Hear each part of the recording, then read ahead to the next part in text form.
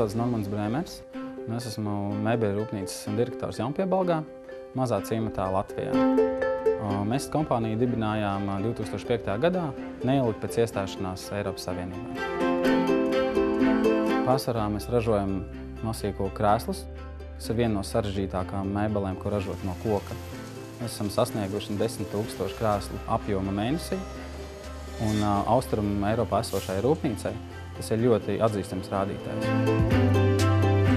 Pievienošanās Eiropas Savienībai ir devusi daudzus iegūmus, ne tikai man personīgi, bet arī priekš uzņēmuma.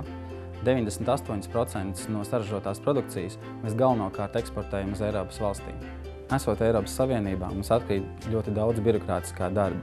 Mums nav jāizpilda tik daudz dokumentu, un mums ir laiks koncentrēties savam darbam. Esot Eiropas Savienībā, mūsu produkts ātrāk un vieglāk nonāk līdz klientam.